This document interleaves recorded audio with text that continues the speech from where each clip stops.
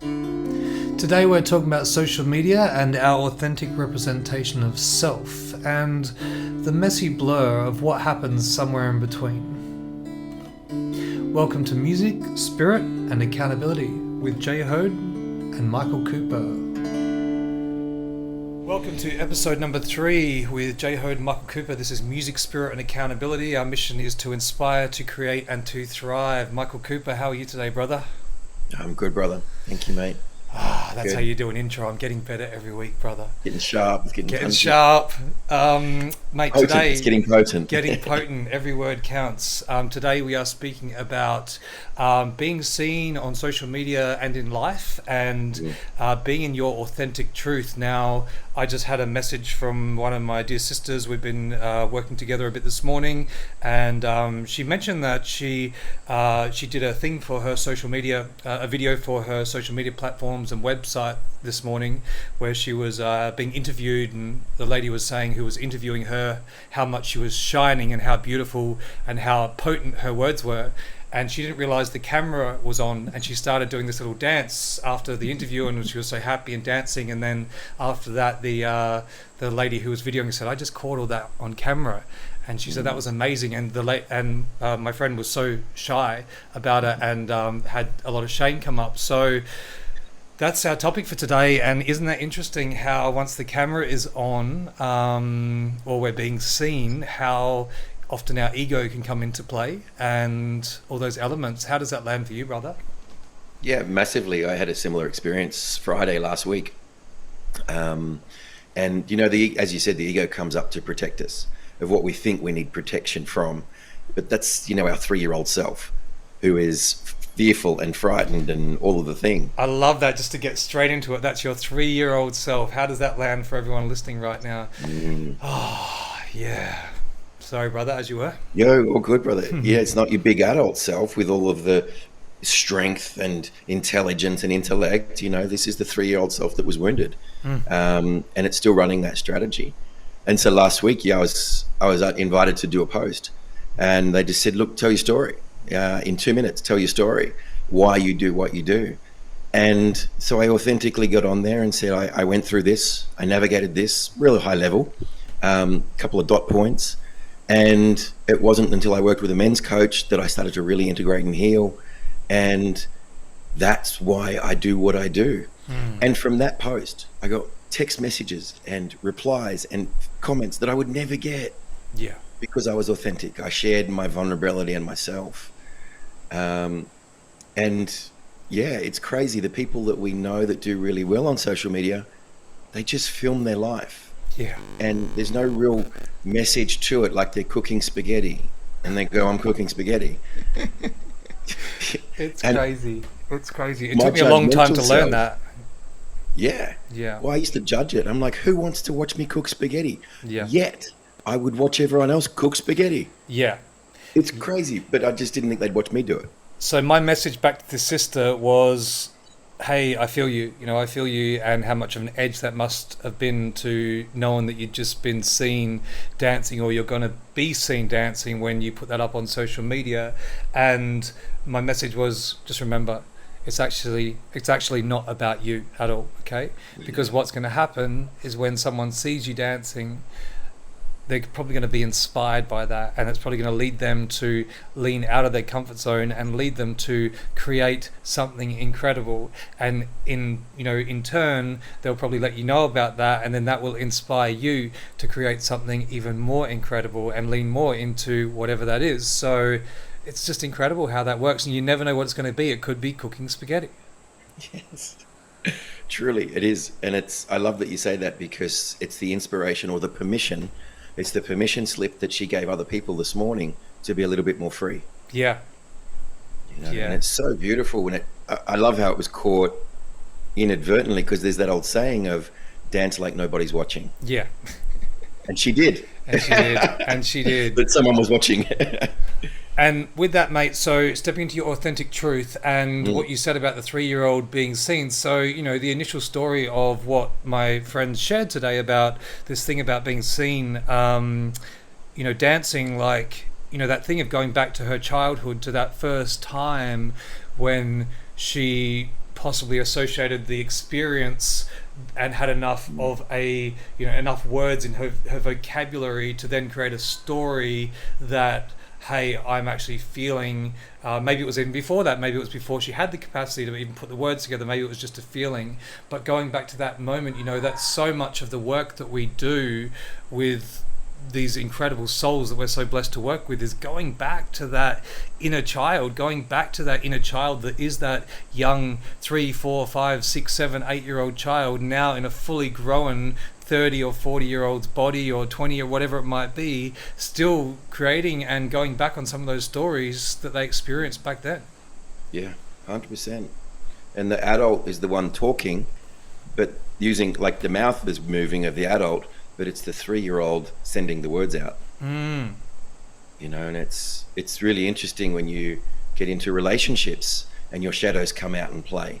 And I don't know if you've ever had an argument with a loved one where at one point you've gone, that doesn't make any sense. Yeah. That's not even what we're talking about. Yeah. Because the 3-year-old is having it's just stepping out. The 3-year-old's speaking out, but it came out the adult's mouth. Exactly. And that could be coming from the partner speaking to us, or us speaking to the partner. We're all I'm sure we've both caught ourselves at times being, did I just say that? Where did that come from? If not in the moment, ideally not long after, maybe the day after, maybe the week after, but that's all part of the journey, right? Yeah. Well, it's the awareness. Yeah. It's catching that awareness, constantly having those slip ups. Like, remember that thing, the failure, awareness, re-engage. Yeah. I'm constantly failing. It's just how quickly can I reduce the amount of time between me catching it, becoming aware of it, and pivoting. And why do you think that is, that people can work these things out themselves and bring, do the works, bring these things to the accountability, or through the accountability process for themselves, but why is it that often the healing is so profoundly amplified when it's done in a container with another person? The whole topic of this, the whole topic we're having today is to be seen. Yeah. It's being witnessed in your mess. The healing is not done in solitude. It's when we actually bring it out and we air our dirty laundry and stand in that discomfort, and we stand there and allow another human to witness us and realize at that moment they're not judging us, they're loving us. There is the healing. But our stories we're telling ourselves is, I can't tell them this, they're going to judge me, hate me, think I'm a bad person, all of the things. But when we have this new narrative that they're like, oh my God, they're looking at me as if like I've done nothing wrong, and they have compassion and understanding and empathy, we can rewrite the neural system and navigate that new pathway. Yeah, 100%. And I feel that, I guess that's what we spoke about a bit last time too, is that thing of being held, being seen, and being in a really safe and trustable environment to speak these things. But I can't help but feel that there's something more to it. Like there's something more, there's just that power of being seen, especially, seeing that potency, with men's groups or in a beloved union. There's just something when you're so vulnerable that you lean in, when you're able to lean deeper and deeper and deeper into that vulnerability to really put it all on the line, all the shadows, all the bullshit, all the stories, and be like, you know what? It's actually, I'm going to keep bringing it back to where, and my question that I share with these incredible people is, okay, so thank you for sharing that story. How old were you when you first chose to start believing that? Yeah. And the first response is, I don't know, I can't remember back that far, which is it's the conscious block. Yes. I don't want to go, I actually don't want to look at that pain point, so let's just throw up a foggy memory clue. Yeah. Okay, but if you could imagine that you were met, because everything's stored in the body, right? Yeah. Every event, every emotion, every feeling gets stored, either in the body or in the biofield, and we have access to that once we get past that roadblock of, I don't want to go there. 100%. And it's always back to a feeling. Absolutely. Always a feeling. So true, brother. And I love that thing of, I was just thinking about how you and I would possibly react to that differently if we were with a client, and maybe I would be like, okay, cool, well, I'm going to invite you to feel into that, and if it comes up, like, let's maybe speak about it another time or whatever you feel. And I feel like you might be like, oh, let's get into it right now. Like, okay, so let's go. What are we doing? Like, let's go back there right now. And you hold that And so well, brother, you know. depending on the container, it could be quite 100%. direct. It could be a brick wall that they run into and they go, I wasn't ready to run into a wall right now. Yeah. But it's a pattern interrupt. You know, sometimes we can enable them to keep running their story, or I can just go, and it shocks them into breaking that circuit. Mm-hmm. And then obviously then I hold them lovingly after that. I'm not, you know, a horrible person. It's all to break that pattern and so that they can then see that they're running a pattern. Right now I'm running my strategy, my fight or flight response to strategy. So yeah. But I think ultimately it comes back to one of the highest human needs is to be seen. And if you speak to anyone with any level of childhood trauma, is that they weren't validated by mum or dad, the godlike figure at that point in their life, you know, that was the sole source of food, shelter, and love. And at that point, I'm not getting recognized by my God figure, you know, and so this is where the patterns come from predominantly. Yeah, one of my favorite things I ever learnt, you know, about speaking to children, one of my favorite questions that I learned to say was, "What do you need?" And the potency of holding that space. And obviously when things are crazy and there's you know, emotions and things flying, then maybe that doesn't land. But even holding that space of what do you need, and I don't need anything right now, I don't need it's like, cool, well, just so you know, when you're ready, if you choose to be, you know, I'm here for you and I would love to hear what you need. And just that ability to be able to hold that space, whether it's for a child or in a relationship or for a friend or for a person that's having issues coming from possibly something to do with some healing from their inner child, that question of what do you need is just so powerful. And it's such a fine line when asking it between being condescending and being authentic. However it's said or being perceived as well. Even if it's being said in a way that is authentic, it still could be perceived as being condescending. But you know, again, coming down to that energy beneath the words. I've got a little softener that I place before it, and it's just, I need you to know right now that I love you, and I'm here for you. I'm not going anywhere. You know, which would ease the abandonment if they had abandonment issues or you know, any attachment style issues. And it's like, but I want you to know I'm here for you. Yeah. And I love you. I deeply love you. But and I really want to know, is there anything I can do for you right now? Yeah. And when you pull your energy down and you ground yourself as the masculine, there is the beauty of our work, is where we get to play in that. Okay, I'm potentially triggered myself here. How can I ground myself so deeply into this earth and provide the container for this man, woman, or child to feel safe? And then it's like that. It's the great leveler. That line that you used is the ultimate leveler. I don't need anything right now, but if you did, well, what would you need right now? And then they come down a notch, and you persist one more time, and they're like, I feel scared, and then we're open. Now we're open. We're into the emotions. Yeah. So, bro, I actually think I got that from you. I'm pretty sure that's where it came from. What do you need? What do you need from me right now? That's awesome, brother. Because the next question was about to be, where'd you get that from? I got it from you. Wow. Yeah. And I've used it a lot, man. I've used it a lot. And what you just brought to that to set that up, like, you know, it's like the epic alley-oop, and that's why we're here to bring this like magic together, because that potency that we were feeling just in our own conversations with each other, you know, it was just wow, there's that synchronicity. So and now I'm going to take, you know, what you just shared and add that to my what do you need, and really dive into delivering that energetically, just right on point, like you just said before I deliver my what do you need. I feel like that'll really have an extra profound impact on I'm really relating it to my beautiful child that's in my life right now. So I remember having the kids when they were little, when they were younger. You know, they were any age, before 5, 6s and whatnot, and I always used to get down to their level, look in their eyes, and then just whisper, it's okay, I'm here now, I'm here, I'm not going anywhere, I love you, you know, I love you. and it's okay to feel this way. And I watched them, they just instantly disarm. So kids were amazing. I really enjoyed watching the kids grow up and how I got to utilize some of these. And when you see them beneficial in this way, like, you remember them, you don't forget them. Yeah. Yeah, they're profound. It's so profound, brother, being on that level too, coming down. You can actually probably hear my little one in the background. She's got home from school and she's always buzzing around a million miles an hour. Yeah, so it's beautiful because we've got beautiful kid noises probably in the background too.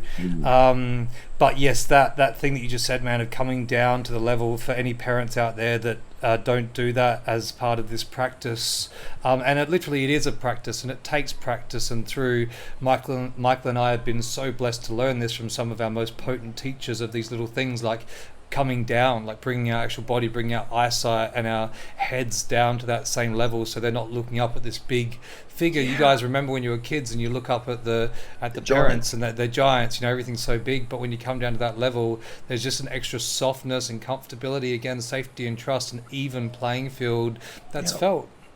Totally felt. And you come to their level. Yeah. And it's not, you're equal at this point. And you can control the whole thing with your own breath. You can control the whole thing with clever little pauses, which makes them jump on the hook. You just create a pause for them and it slows their heart rate down. All these little tricks, which were just amazing to watch. Or you'd tap your heart to slow their heart down. That wasn't in the audio, that was me doing it on purpose. But yeah, just using your tone, using touch, even on them. It was, I remember the kid's mum used to call me the baby whisperer. It's like, how can you get them to sleep straight away? And that was just tapping into their heart rate and breathing for them. It was amazing. Such a cool thing to learn.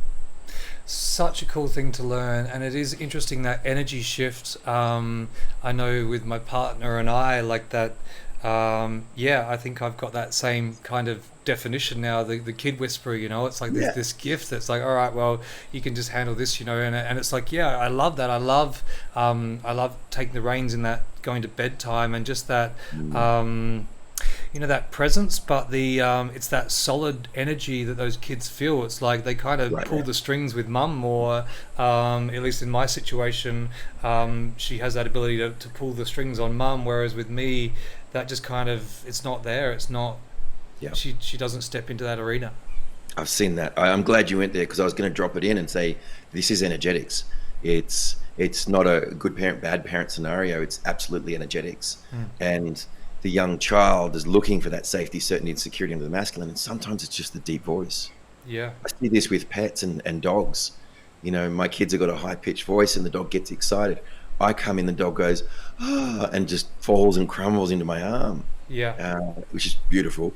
But I think it's that, mate. I think it's that strong, grounded, masculine presence that they surrendered to that. And obviously, being a little girl, it's the feminine, so she's already learning to surrender. And people might hear the word surrender and get the wrong view of that. It's not what the dictionary terms it to be in the way of energetic. I feel you, man. It feels great what you're sharing to me. So so it's beautiful when the feminine can surrender under a divine masculine. It's beautiful. It's most it's heavenly.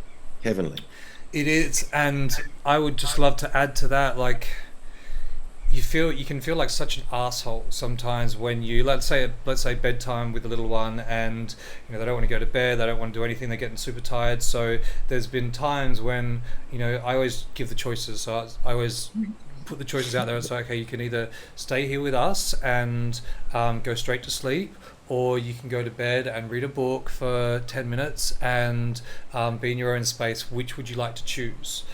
Well, they obviously usually will say they want to stay with you. It's like, okay, cool. Well, this is the agreement then. If you want to choose to stay here, you're going to choose to stay here and go straight to sleep. It's like, yep.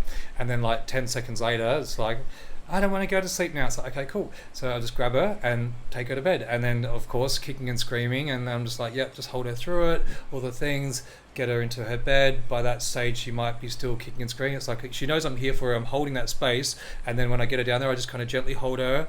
And there's the kicking and the screaming and say, so would you like to come back with us and go straight to sleep, or would you like to stay in your bed and write a book? And as soon as she calms down, it's going to be come back, and maybe this isn't the best way to go about it. It's different every time, but for me, it feels right on point usually when it happens. And then I'll bring her back, and that time when she comes back, there's a whole different energy, and the way she settles in and cuddles up is like there's so much love from her that towards me. She just goes straight to sleep almost every time and cuddles me so tight and is like, I love you so much. Like, it's just this flick in the switch of gratitude. And I was just like, and I was just the guy that 5 minutes ago was the devil, because I grabbed her, was putting her to bed going and then now. But then look at this like a normal relationship. How do you portray that? Like, what comes to mind for you?